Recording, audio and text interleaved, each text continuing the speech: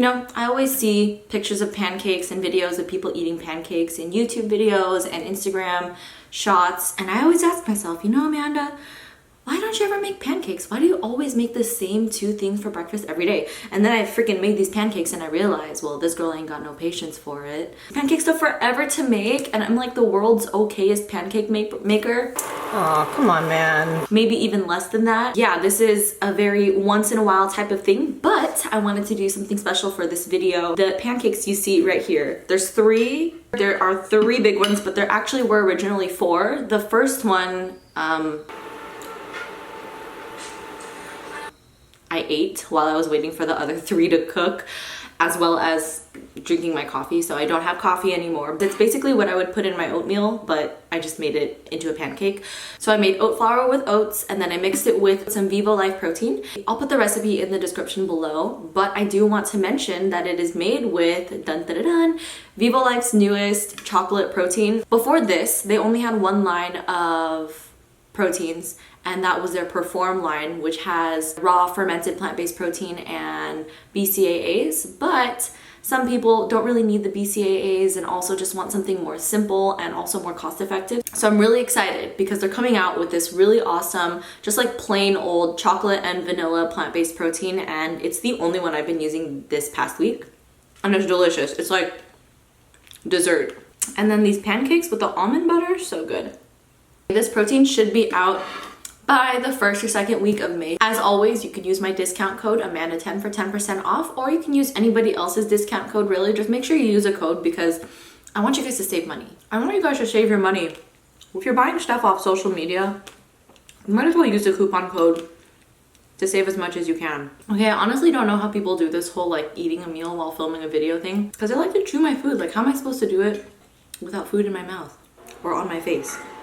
Whatever. All right, enough chit chat. Let's get to the whole point of the video, which you might have read the title by now.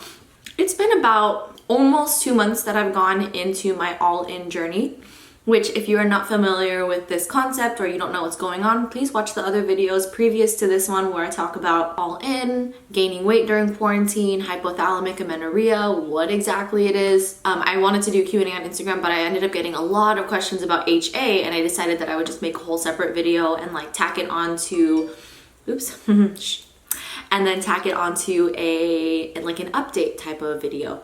So, first question is, have I done the progesterone test or the progesterone challenge for amenorrhea? I haven't done it yet because I just didn't know how close I was to ovulating, or even if I'm ovulating at all. The progesterone test challenge will just tell you if you're ovulating or not. Long story short. I just decided that I wanted to go through this whole process first before trying to get any exogenous hormones to boost anything.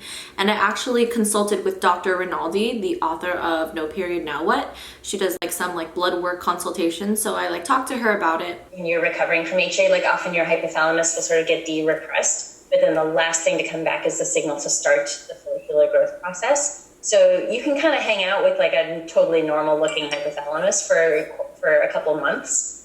Before your body actually starts growing a follicle. That's why I talk in the book about the the possibility of using Clomid or Femara to kind of jumpstart things. So if it's been sort of 6-ish months and you still don't have a period, then you could think about something like that to kind of get things going. But I suspect looking at this that it won't take that long. So I'm gonna take a bite now. I think that's useful. Like, take a bite and then answer a question. Are you excited to gain weight, or is it hard for you? While yes, I am excited to gain weight, at the same time it is hard for me. I'm excited to gain weight because I have always, for the longest time, like I've always found larger, thicker bodies to be more attractive. Not like I am sexually attracted to it, but like I just always found those bodies to look so much healthier than like thinner, more lean, muscular bodies. Now, everybody has their own preference, right? So I'm just speaking on my own, but I've always fantasized about having a thicker body. And I've always thought about like, oh, I wonder what life must be like if I had like more So it is kind of exciting to see my body change in that way. And some days I'm loving it and other days I'm like hating it. Nowadays more so I am like enjoying the process. But when I first started, it was really, really hard. I had to stop exercising completely and stop doing the form of yoga that I enjoyed the most. And I had to also start eating a lot more food. And at first it was really uncomfortable because I was super full all the time. Things weren't digesting right. Like I was also experiencing digestive issues before I started my all-in recovery, which I'm glad to say has started to resolve as of late. But I was scared because things were changing, and when things change physically, it like puts you on a mental spin and causes you to associate your physical body changing with your mental state or your soul changing, when really, like, yes, I am changing on the inside, but more so I'm growing. And I had to switch my mindset from like things are changing in a bad way to things are changing, but it's because I'm growing. And my boyfriend actually pointed this out to me the other day when I felt really challenged recently, and he was like, you know, this transformation or metamorphosis that you're going through right now is something that you should have been going through between ages 18 and 23. So like between ages 18 and 23, like I didn't gain my freshman 15. I think I actually became more athletic. I started eating healthier. And it's actually quite evident that between those times, women definitely should be gaining some more body fat and growing a little bit more in terms of size, because that means that they're just getting ready to bear a child, reproductive wise, right? But I never went through that. So I feel like the body that I was in before I started my all-in HA recovery journey was kind of like a teenager version of me body. And maybe that's why it was hard for me, because I was kind of like letting go of something that once was. So I know that was a really long-winded answer, but I hope that made sense. Okay guys, so this is what I'm pretty much looking like now after gaining, I don't know, maybe 20 pounds. I haven't weighed myself as of late, but some physical differences that I'm seeing now are that my thighs touch. They used to never touch before, and this is like a whole new sensation for me. It's nice to know that a lot of the food has gone to my bottom, so that's cool. I used to hate this little bloat thing that goes on right here, but yo, it's just your uterus. That's okay.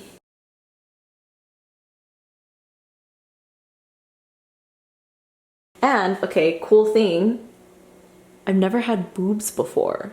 What are these? I've never had these before. Look at this. Whoa. But it's like I'm in a whole new body, and it's pretty cool. I'm okay with it. And let's take a bite of this delicious pancake. Okay. Tips on gaining weight for HA if you are already at a healthy weight. So I was already at a healthy weight before I started. My BMI is definitely in the healthy range. Even if people are at a healthy weight or at the like fertile BMI range, they are still at risk of losing their period, and the best way to gain it back is to relax, reserve your energy.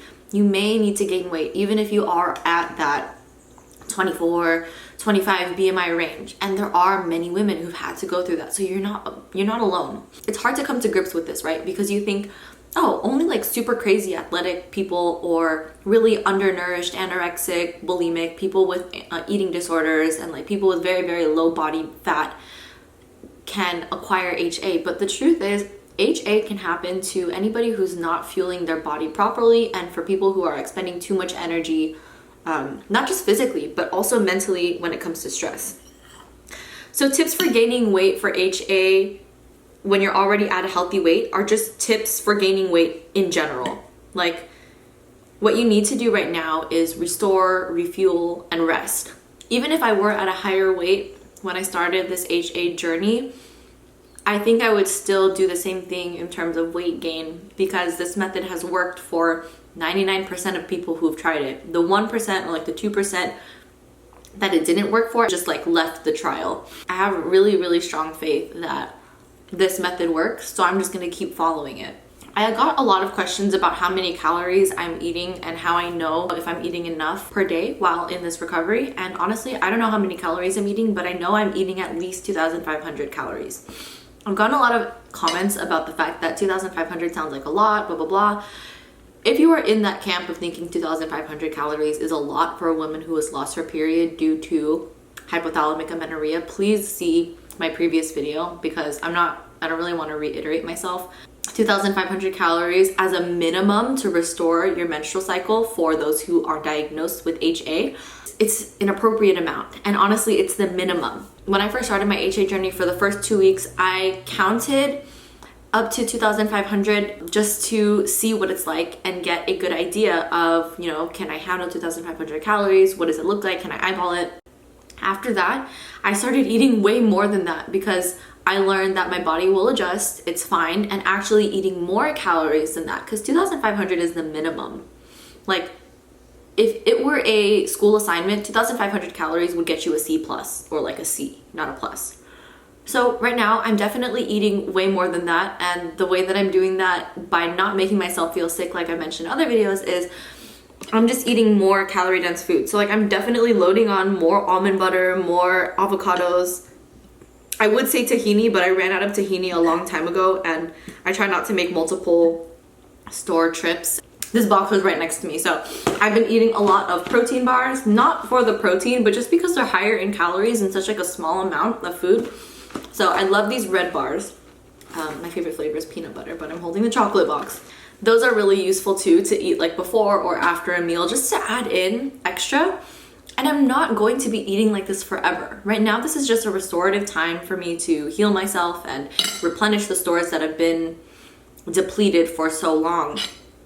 So I'm actually enjoying the process of just eating whatever I feel like and not really thinking twice. And like, it really will not hurt for me to eat more. Literally, it is the point of this whole process. So when I think of it like that, and I think of it like it's a healing process, like I'm restoring myself, then it's not a big deal for me to eat more calories. So I can't really tell you how many calories I'm eating, but I know I'm eating at least around 3,000 calories a day. I'm not mad at it. It's actually a lot of fun. At first it was hard mentally, but I had to just keep like talking myself through it. Like, why is it hard to eat so many calories? What are the beliefs behind this? And for me, the beliefs were, oh, I'm like getting super full all the time. Like, okay, then I need to cut down the density of the food and make it more calorically dense. Okay, what's next? I'll gain weight. Well, isn't that the point? Isn't the whole point of this journey to gain weight anyway? And then I had to re-educate myself on the pros and the cons of having your period and what weight gain entails in this journey. And once you think about it in a more methodological approach and a more scientific approach and a more objective mindset, then it just becomes a lot easier, because your emotions can really get you tied up and mixed up in this whole process and make things more difficult, which it is natural, it happens, like we can't really control it, but what we can control are the responses we have to the emotions that come up. That's that. How do I know if I'm eating enough in HA recovery? Well, the answer is simple. If you feel like you haven't eaten enough, you probably haven't eaten enough, so just eat some more. It's really not a super calculated thing. It's just eat more. When you're thinking about food, if you're hungry, when it's time to eat, anything like that is your body saying it wants food. And even if you misinterpret the signals and you're like, oh, I'm thinking about food, I must be hungry, but like, what if you're not really actually hungry? At this point in the process, it's not gonna hurt you.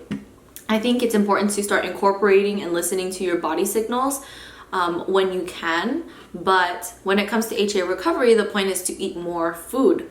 So for sure you can implement intuitive eating principles, but after you've regained your period for a couple cycles, because before this, it's really hard to tell. How do you find balance in eating healthy and unhealthy foods? I don't. I'll just give myself whatever I feel like eating. Sometimes it'll be a bag of chips, and sometimes it'll be a salad. At this point, it's important to know what foods are nourishing, and it's important to have foods that are nourishing. But if you feel like you've been restricting yourself from eating junk food or eating desserts or eating stuff that's processed, go ahead and let yourself have it. I let myself have it.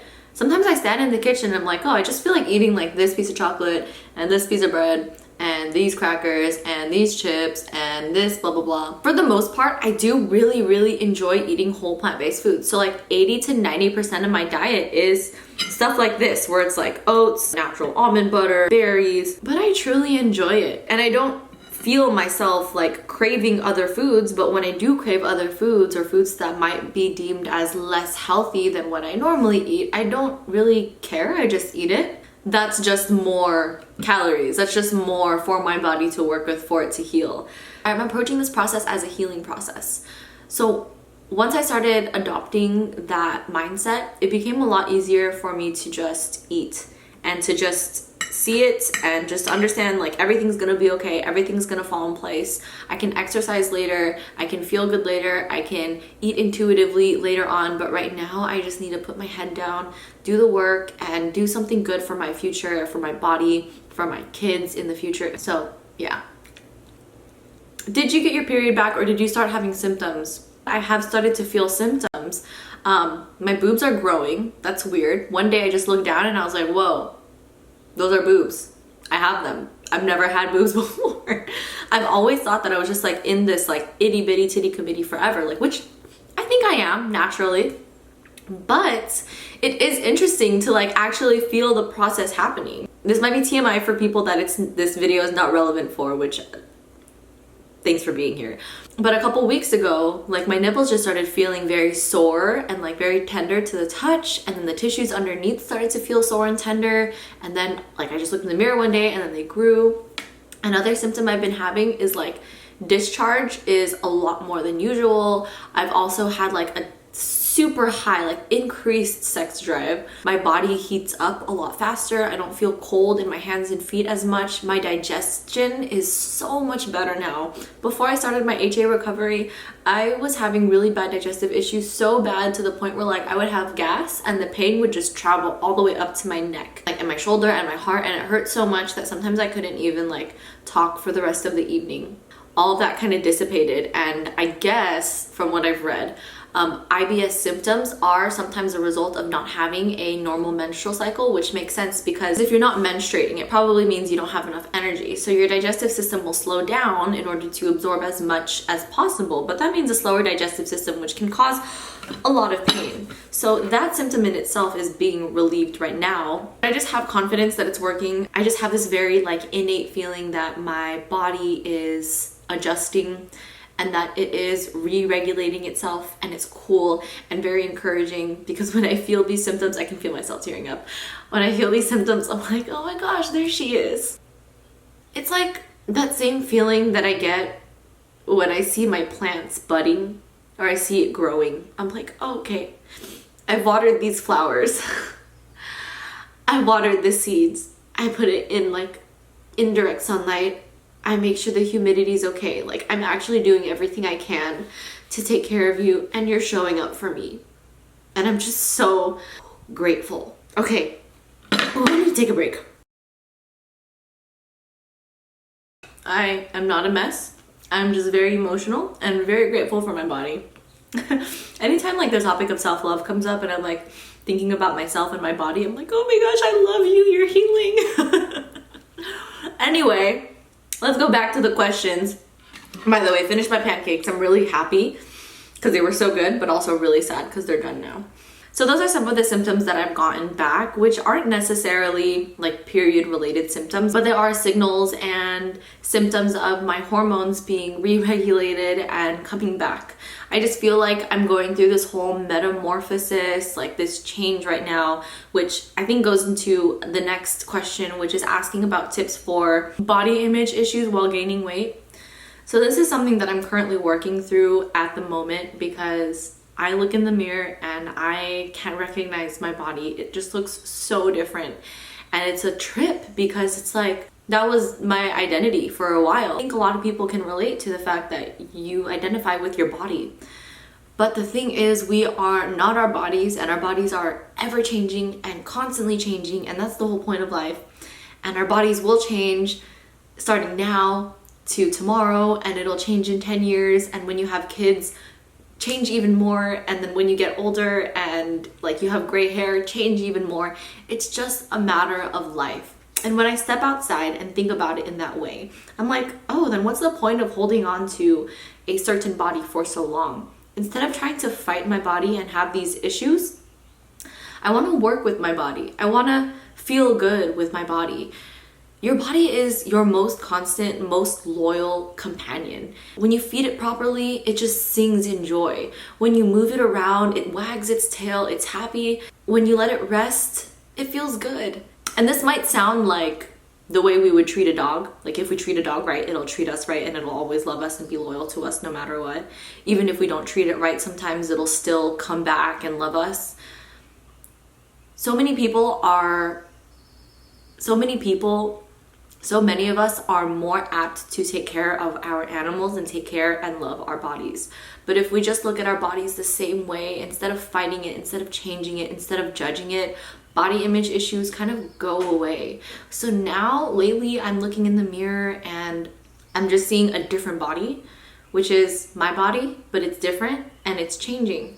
Seeing the fact that change is inevitable and this change is actually good for me and the body that I had before was actually not healthy makes this process a lot easier. And really the only thing that gets me down nowadays is the fact that nothing fits. And I really can't go shopping and try on new clothes because of the whole coronavirus thing going on.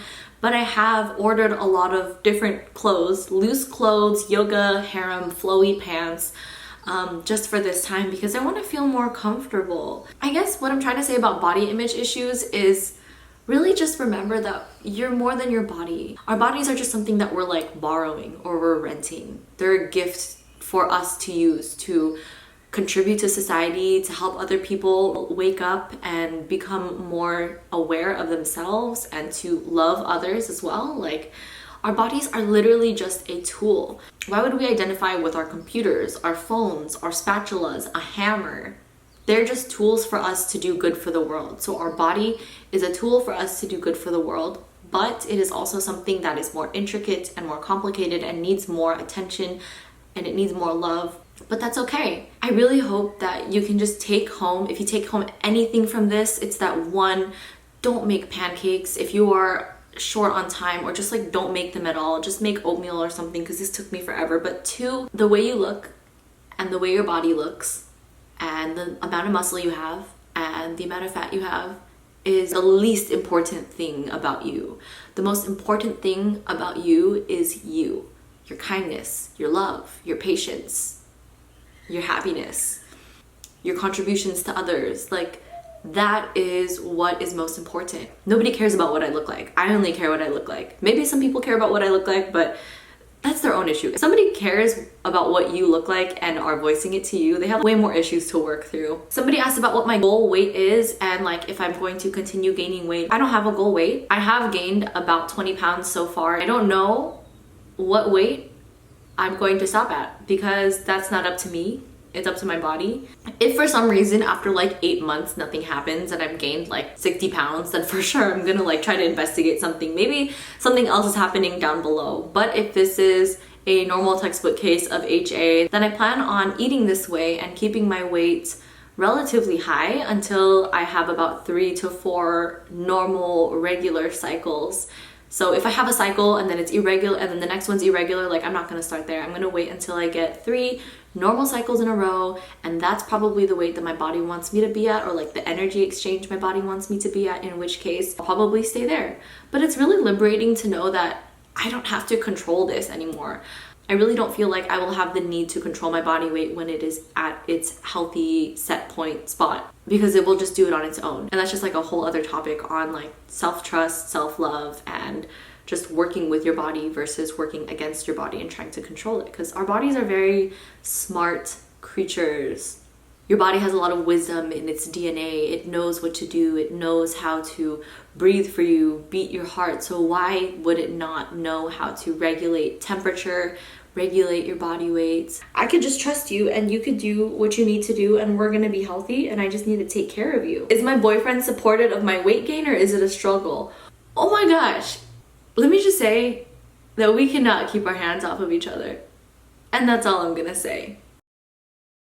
He's actually been very, very supportive from the very beginning because he loves me for me. And he knows that what I'm doing is for my own health. He's expressed admiration in the fact that I am able to put aside so easily the things that I love, aka Ashtanga yoga, exercise, all that good stuff, and I'm willing to change my body for the sake of my health. And also he's just over the moon about my bottom because a lot is going over there. A couple times a week I will like cry or break down or like stare at my clothes and have nothing to wear, or I'll just be frustrated, or I'm like, this is so hard, but he'll just be there. He's actually the one who reminded me that like, look, these clothes are your child's clothes. Would you be upset if you couldn't fit into your niece's clothes? And I was like, no, those are my niece's clothes. And then he was like, okay, so why?